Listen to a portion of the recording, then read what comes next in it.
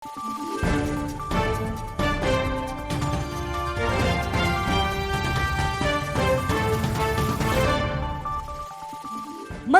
araw, Pilipinas! Ito ang Valiente News hatid sa inyo ng Office of the Vice President.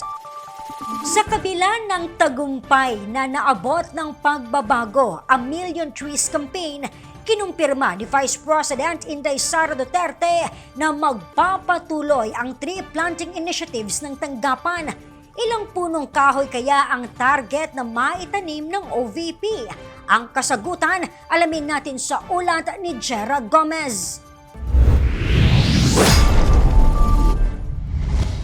Kinumpirma ni Vice President Inday Sara Duterte na patuloy na aarangkada ang pagbabago, ang Million Trees Campaign, kahit na nalampasan na ng OVP ang itinaktang bilang ng mga punong itatanim sa loob ng 6 na taon.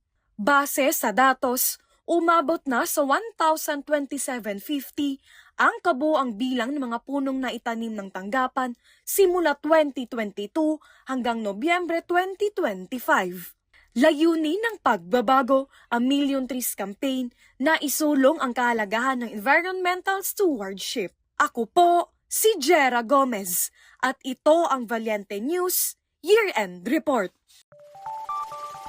Abangan ang iba pang mga balita dito lamang sa Valiente News. Ako si Claudette Loreto para sa makabuluhan, naninindigan at matapang na mga ulat at impormasyon. Maraming salamat.